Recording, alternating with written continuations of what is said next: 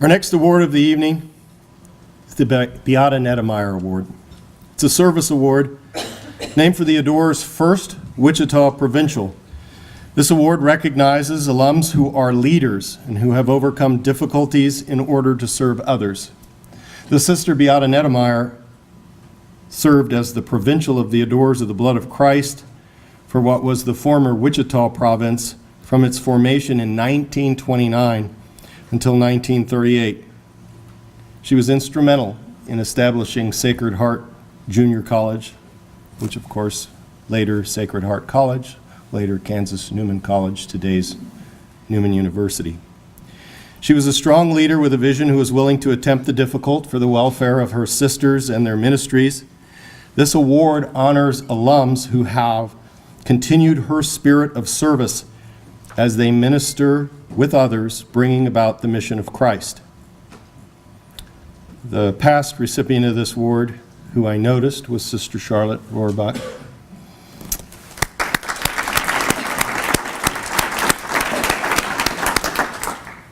Did I miss anyone? In 1994, this year's Beata Netemeyer Award winner actually began at Newman with a teaching career, and it nearly ended before it really got going. You'll learn more about that in just a minute. But this year's recipient definitely stuck it out and ended up teaching at the university for 23 years. He has a graduate education degree from Newman. He created our very popular Occupational Therapy Assistant Program and is well known for his laughter and for making beautiful music. He retired from Newman last May, and tonight he's being honored as the 2018 Beata Netemeyer Service Award winner. Ladies and gentlemen.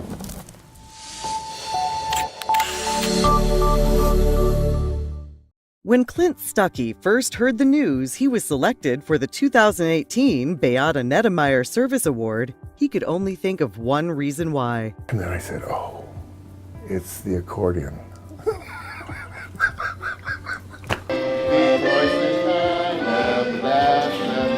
Yes, Clint can light up a room, especially a room full of nuns with a bit of German heritage. I inherited through my grandfather, and then through a kind of a series of coincidences, was kind of given the opportunity to play it a little here and there. And then when I got to Newman and found out just how valuable a little accordion playing could be among a German community. And the university community has come to appreciate Clint for his talents far beyond the way he plays his favorite instrument. Clint Stucky grew up in Moundridge, Kansas, on a Mennonite dairy farm with his parents and 4 siblings. I was the second oldest, and good Mennonite parents, hardworking, loving, very fortunate that way. Not everybody has that kind of situation. My folks were very liberal in letting us do all kinds of things we wanted to. So at 9 years old, I said, Mom, I want to start keeping bees. She said, okay. And she even helped me. Raising watermelons, setting up a dark room in the basement, making a shortwave radio in the basement without burning the house down. Interest in a variety of endeavors is an ongoing theme in Clint's journey that would eventually bring him to Newman. It's the reason it took him 19 years to finish his first college degree. Bethel College, crashed and burned. My first semester, my second semester, my third semester, finally gave up because I didn't know what I wanted to be when I grew up. Did factory work, construction. I joined Mennonite Voluntary Service. They sent me to Seattle for 2 years. After returning to Kansas, he worked for a while as an activity director at Memorial Home in Moundridge.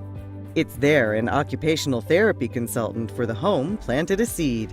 There was an occupational therapist who consulted at the home and would drop by once a month to say hi to me and to ask a simple question: why are you not in occupational therapy school? With a clear vision, Clint got to work, finally finishing his undergraduate coursework at Bethel, and then on to Western Michigan University for his master's in occupational therapy. There's always something to be learned in occupational therapy. I think it's a good career for people who can't make up their minds what they want to do when they grow up. People who took a little little of this in college and a little of that and a little of that and a little of that. And that was my degree. His first position out of grad school was as a practicing clinician at the Winfield State Hospital. He was then invited to become an adjunct at Newman, teaching the psychiatric class. He had always wanted to teach, so his heart leapt for joy for the opportunity, even though he admits he didn't know what he was doing at the time. I taught that first year. I thought I had done a heroic job. I found out from the student comments later that I hadn't.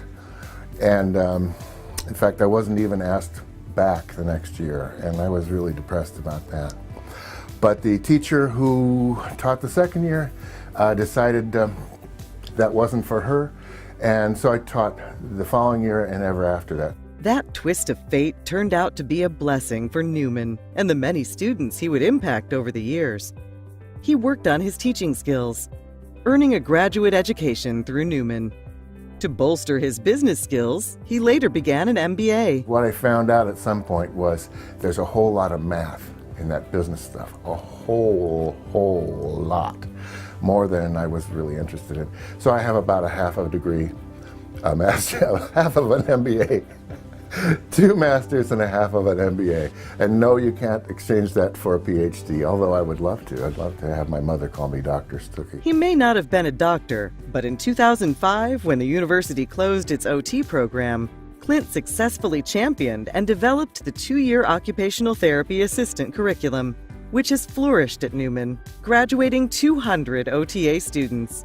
In retirement, he continues to make an impact nearly every day of the week, volunteering with organizations like the Breakthrough Club, Harry Hines Memorial Hospice, and others. I did get back and see my students a month or 2 ago, and they were asking me, "Do you miss us?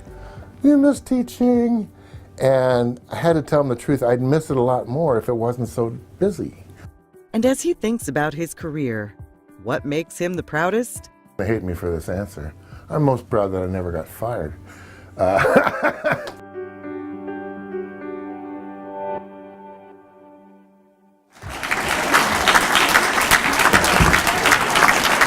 Clint, please come forward to receive the Beata Netemeyer Award.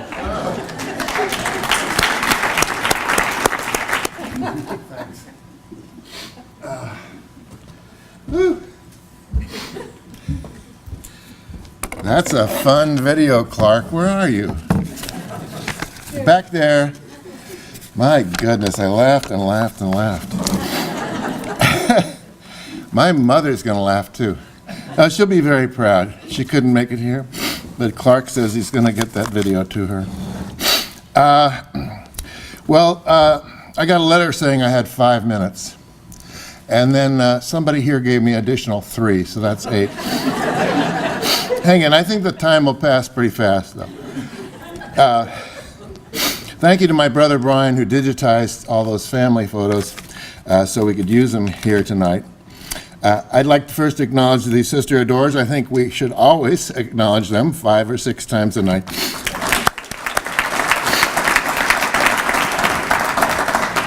Without whom we would not be sitting here today. And acknowledge the Alumni Board and Daniel Bryan for all his hard work.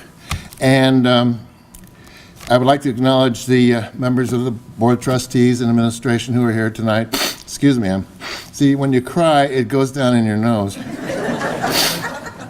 Cry from laughter, that's. And Sister Charlotte is not only a former winner of the Beata Award, but she's the first. And that year was 1966. And I did the math, that's 52 years ago. And I'm pretty sure the service she's done in the last 52 years, she deserves another one, or maybe 2. Just in the short time I've known her, 20 years. She's done a heck of a lot around here. With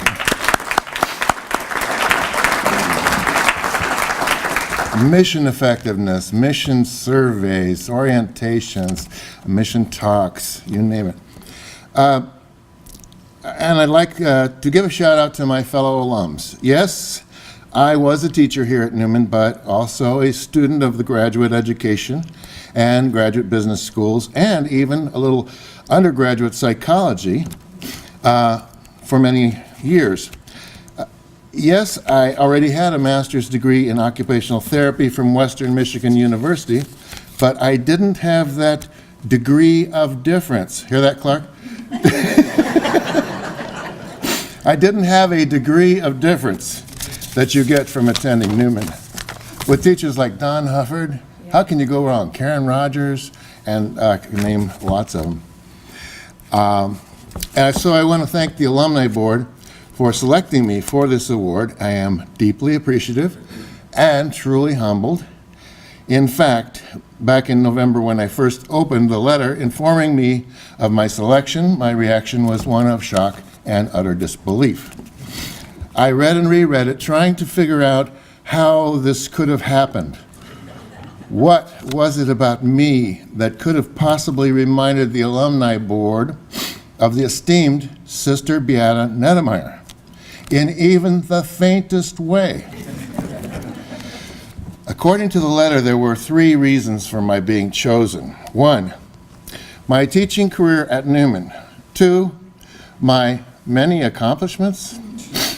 3, my charism. Now, I'd heard that word before, but I had to look it up again. Apparently, it means spirit or gift freely given. We'll get back to that. In any case, I set out immediately to learn more about Sister Beata's life and her service, first as a grade school teacher and later a provincial of the Adorers of the Blood of Christ, and see if I could find any areas of similarity between the two of us. I happened upon Loretta Gagan's 150-page biography of Sister Beata, which proved to be very helpful, if not particularly encouraging. For example, with regard to teaching, the first area cited in the letter, yes, I taught at Newman for 20, maybe 21 or 22 years, for the most part in comfortable, clean, well-lit classrooms that were nicely heated and air-conditioned. Sister Netemeyer taught for 27 years in dusty little towns all across western Kansas under conditions that were typically, well, let's just say, less than ideal. In the Dust Bowl, picture that. In a lot of cases, she and another sister had to start those schools themselves, and there were many schools, since there was no parochial school in town when they arrived. Kind of hard to make a strong comparison between the two of us in that area. Then there's the matter of my many accomplishments. Yes, it's true I did help start a little occupational therapy assistant program here at Newman, building upon the work of Diane Overstreet and Becky Lucen, who are here tonight, and their occupational therapy program. Of course, Sister Netemeyer started a college. And there's a real interesting story about why she started that, too. It bears finding this biography and looking it up. It was because it was cheaper than sending 24 novitiates away to college in St. Louis. It was the Depression. There was no money for tuition, so we'll just start a college. That was pretty good.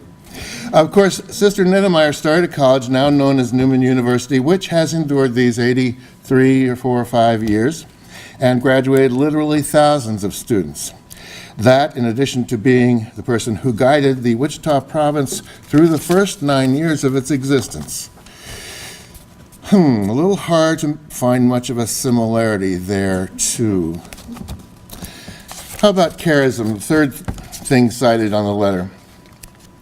From a reading of her life story, I got the impression that Sister Beata probably had more charism in her little finger than I have in my whole body.